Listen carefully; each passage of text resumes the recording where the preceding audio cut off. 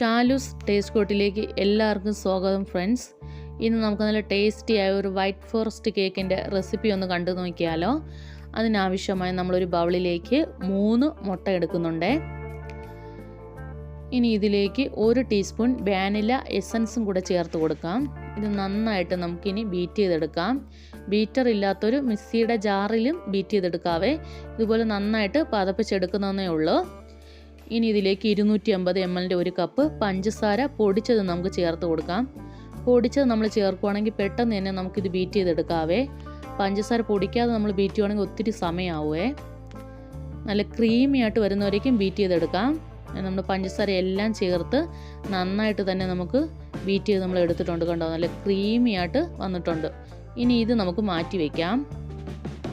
നമ്മൾ 3/4 കപ്പ് പാലും 3/4 cup sunflower oil എടുക്കുന്നുണ്ട്. ഇത് നന്നായിട്ട് തിളപ്പിച്ച് എടുക്കണം. ഇത് തണുക്കാൻ നമുക്ക് മാറ്റി വയ്ക്കാം. നമ്മൾ തണുത്തതിന് ശേഷം നമ്മൾ ഇതിലേക്ക് ചേർത്ത് കൊടുക്കാം. ഇനി നമുക്ക് 1 കപ്പ് മൈദ, 1 teaspoon baking powder, 1/4 teaspoon baking soda, ഇത് ഒരു നുള്ളു ഉപ്പും ചേർത്ത് ഇത് നമുക്ക് 3-4 പ്രാവശ്യം അരിച്ച് മാറ്റി വയ്ക്കണേ. ഇത് നമ്മൾ നേരത്തെ ചേർത്ത മിക്സിയിൽ ഒന്നും കൂടെ നമുക്ക് ബീറ്റ് ചെയ്തെടുക്കാവേ. ബീറ്റ് ചെയ്ത് എടുത്തതിന് ശേഷം നമുക്കിതിലേക്ക് നമ്മുടെ മാവൊക്കെ ചേർത്ത് കൊടുക്കാം.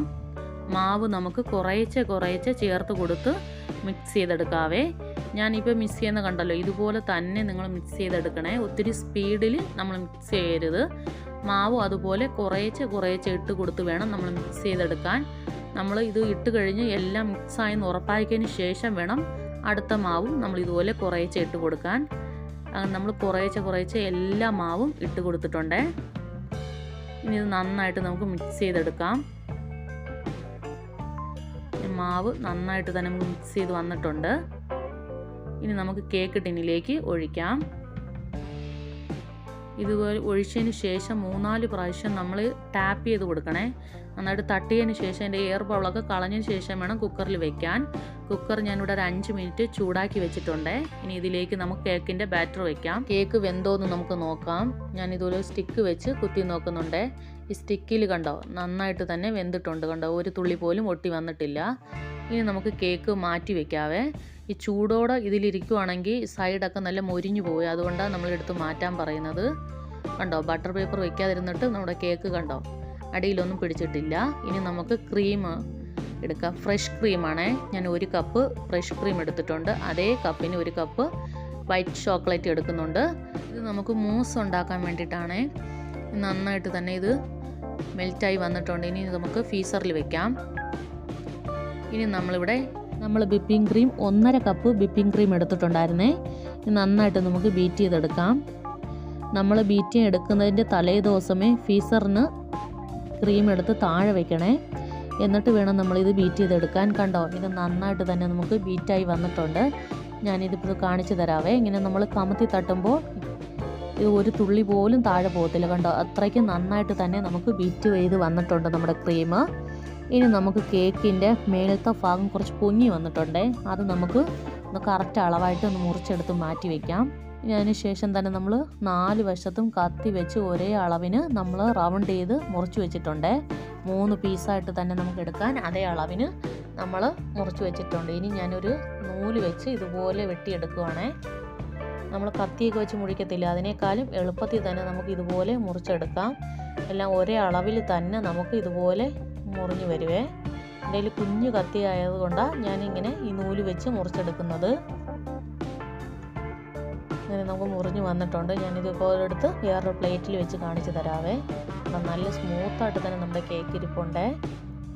കണ്ടോ, നമ്മളെ കറക്റ്റാണ്. നമ്മൾ കത്തി വെച്ച് എങ്ങനെ വെട്ടോ അതേ അളവിൽ തന്നെ നമുക്ക് മുറിഞ്ഞ് വന്നിട്ടുണ്ട്. ഇനി നമുക്കിതിലേക്ക് ഷുഗർ സിറപ്പ് ചേർത്ത് കൊടുക്കാം. ഞാൻ 250 ml 1 കപ്പിന് ഷുഗറും 1 കപ്പ് വെള്ളവും ചേർത്ത് തിളപ്പിച്ച് എടുത്തതാണ്. ഒരു നുള്ളു ഉപ്പും ഇട്ട്.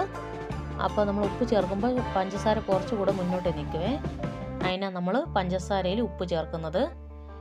ഇനി നമ്മൾ നേരത്തെ മൂസ് ഉണ്ടാക്കി വെച്ചായിരുന്നല്ലോ, അതിലേക്ക് നമ്മൾ വിപ്പിംഗ് ക്രീമും കൂടെ ചേർത്ത് നന്നായിട്ട് ബീറ്റ് ചെയ്തെടുക്കണം. നമ്മൾ കേക്കിൻ്റെ നടുക്കത്തെ ലെയറിനൊക്കെ ഈ മൂസാണ് ചേർക്കുന്നത്, വിപ്പിംഗ് ക്രീം അല്ല. വിപ്പിംഗ് ക്രീം മേലത്തെ ഭാഗത്ത് മാത്രമേ നമ്മൾ ചേർക്കത്തുള്ളൂ.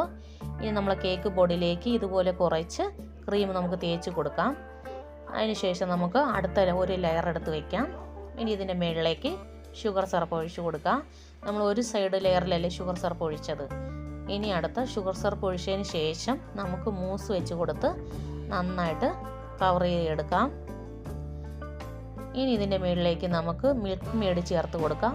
ഇനി ഒന്നും കൂടെ നമുക്ക് ടേസ്റ്റ് കൂട്ടാൻ വേണ്ടിയിട്ടാണ്. ഇനി ഇതിലേക്ക് നമുക്ക് ചോക്ലേറ്റ് ഗ്രേറ്റ് ചെയ്തതും കൂടെ നമുക്ക് ചേർത്ത് കൊടുക്കാം. നിറയെ ചേർത്ത് കൊടുക്കണേ, അപ്പോൾ നല്ല ടേസ്റ്റ് ആയിരിക്കും. ഇനി അടുത്ത പീസ് നമ്മൾ ഇതുപോലെ വെച്ച് ഷുഗർ സിറപ്പ് ഇതിൻ്റെ മുകളിലേക്ക് ഒഴിക്കാം. അതിനുശേഷം നമുക്ക് മൂസ് വെച്ച് കൊടുക്കാം. ഇത് ചോക്ലേറ്റും ഫ്രഷ് ക്രീമും എല്ലാം ചേർന്ന് നല്ല ടേസ്റ്റ് ആയിരിക്കും ഇങ്ങനെ നമ്മൾ തയ്യാറാക്കുമ്പോൾ. ഇനി അതിൻ്റെ മുകളിലേക്ക് മിൽക്ക് മെയ്ഡ് ചേർത്ത് കൊടുക്കാം. എന്നിട്ട് നമുക്ക് അടുത്ത പീസ് ലെയറും കൂടെ വെച്ച് കൊടുക്കാവേ. ചോക്ലേറ്റ് ഇട്ടതിന് ശേഷം നമ്മൾ ആ സൈഡിലുള്ള ക്രീമൊക്കെ നന്നായിട്ട് തേച്ച് കൊടുക്കുന്നുണ്ട്. ഇനി അടുത്ത പീസ് നമ്മൾ ഇതുപോലെ വെച്ച് കുറച്ച് മൂസ് തേച്ച് അതിൻ്റെ മുകളിലേക്ക് നമ്മൾ വിപ്പിംഗ് ക്രീം എടുത്ത് വെച്ച് ഐസിങ് ചെയ്യാം. മുകളിൽ മൊത്തം നമ്മൾ വിപ്പിംഗ് ക്രീമാണ് കൊടുക്കുന്നത്. ഇനി ഇത് നമുക്ക് 2 മണിക്കൂർ ഫ്രിഡ്ജിൽ വെച്ച് സെറ്റ് ചെയ്തെടുക്കാം. 2 മണിക്കൂർ നമ്മൾ ഫ്രിഡ്ജിൽ വെച്ച് സെറ്റാക്കി എടുത്തിട്ടുണ്ടായിരുന്നേ. ഇനി ഇതിൻ്റെ മുകളിലേക്ക് നമുക്ക് ചോക്ലേറ്റ് ഗ്രേറ്റ് ചെയ്തത് ചേർത്ത് കൊടുക്കാം. നമ്മൾ നല്ല നിറയെ തന്നെ ചേർത്ത് കൊടുക്കണേ. നമ്മൾ ക്രീം കാണരുതേ, നമ്മളിത് ചേർക്കുമ്പോൾ അത്രയ്ക്കും നിറയെ നമ്മൾ ഈ ചോക്ലേറ്റ് ഗ്രേറ്റ് ചെയ്ത് തന്നെ ചേർത്ത് കൊടുക്കാം. അപ്പോൾ നല്ല ടേസ്റ്റ് ആയിരിക്കും നമ്മുടെ കേക്കിന്. ഇനി സൈഡിൽ ഒട്ടിയില്ലെങ്കിൽ നമ്മൾ കൈ വെച്ച് ഇതുപോലെ തന്നെ ഒന്ന് അമർത്തി വെച്ച് കൊടുത്താൽ മതി. ഒത്തിരി അമർത്തരുത്, എന്നാലും ചെറുതായിട്ട് ലൈറ്റായിട്ട് ഒന്ന് അമർത്തി വെച്ച് കൊടുത്താൽ മതിയേ. അപ്പോൾ നമ്മൾ ചോക്ലേറ്റൊക്കെ നന്നായിട്ട് തന്നെ ഒന്ന് കൊട്ടി വരും. ഇനി സൈഡിലുള്ളതൊക്കെ നമുക്ക് ഇതുപോലെ എടുത്ത് മാറ്റാം. ഇനി കുറച്ചുകൂടെ മേളിൽ ചോക്ലേറ്റ് കുറവാണ്, ഞാൻ ആ ഭാഗത്തും കൂടെ ചേർത്ത് കൊടുക്കുന്നുണ്ട് ബാക്കിയുള്ള ചോക്ലേറ്റിൻ്റെ പൊടികളും. ഇനി നമുക്ക് ഇതിലൊരു ഫ്ലവർ വെച്ച് കൊടുക്കാവേ.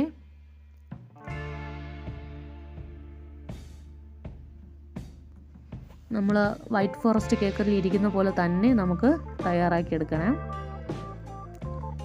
അങ്ങനെ നമ്മൾ 4 ഫ്ലവർ വയ്ക്കുന്നുണ്ട്. ബാക്കി കുഞ്ഞു ഫ്ലവറും കൂടെ നമുക്ക് വെച്ച് കൊടുക്കാം. ഇനി നമുക്ക് സൈഡിലും കൂടെ ഇതുപോലെ വിപ്പിംഗ് ക്രീം വെച്ച് കൊടുക്കാവേ.